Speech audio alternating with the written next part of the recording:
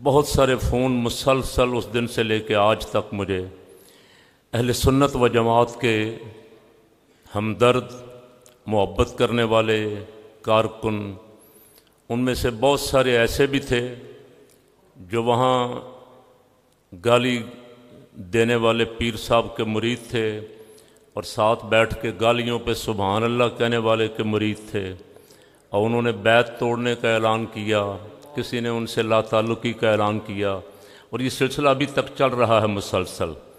جیسے حضرت الوری صاحب فرما رہے تھے اور استاد العلماء شیخ الحدیث قبلہ مفتی عبداللطیف صاحب فرما کے گئے، صحیح فرما کے گئے ہیں، اپنا بہت بڑا نقصان کیا انہوں نے۔ حضرت قائد اہل سنت مولانا شاہ نورانی رحمۃ اللہ علیہ کو بھی وہ گالیاں دیتے رہے۔ ہم اس وقت کارکن تھے اور مسلک کے نام پہ گالیاں دیتے رہے۔ میرا خیال اللہ نے اب آخر میں آ کے ان گالیوں کا بدلہ اس سے لے لیا۔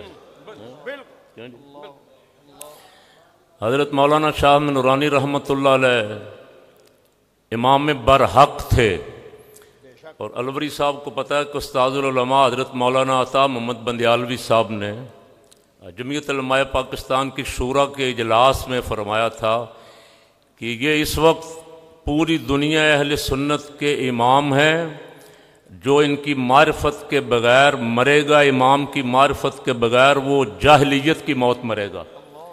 اب فتویٰ دیا، ان کا فتویٰ بھی موجود ہے الحمدللہ۔ بڑے بڑے علماء اس وقت غزالی زمان حضرت علامہ کاظمی رحمۃ اللہ علیہ فرماتے تھے مولانا نورانی میرے قائد ہیں۔ حضرت مولانا عطا محمد بندیالوی صاحب رحمۃ اللہ علیہ فرماتے تھے مولانا شاہ نورانی میرے قائد ہیں۔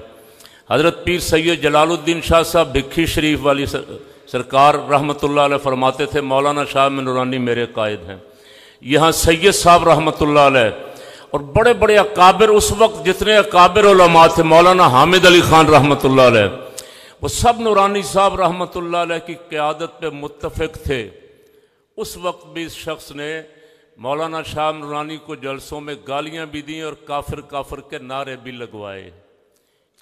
اب بہت سارے نوجوان اس وقت جو بہکے ہوئے تھے وہ سمجھتے تھے کہ یہ صحیح کہہ رہے ہیں، اور ہم جو نورانی کے ساتھ رحمۃ اللہ علیہ کے ساتھ کارکن تھے، ہم بھی زیر معتوب تھے، ہمیں بھی سمجھا گیا کہ یہ چونکہ نورانی صاحب کے ساتھ ہیں تو مسلک کے دشمن ہیں۔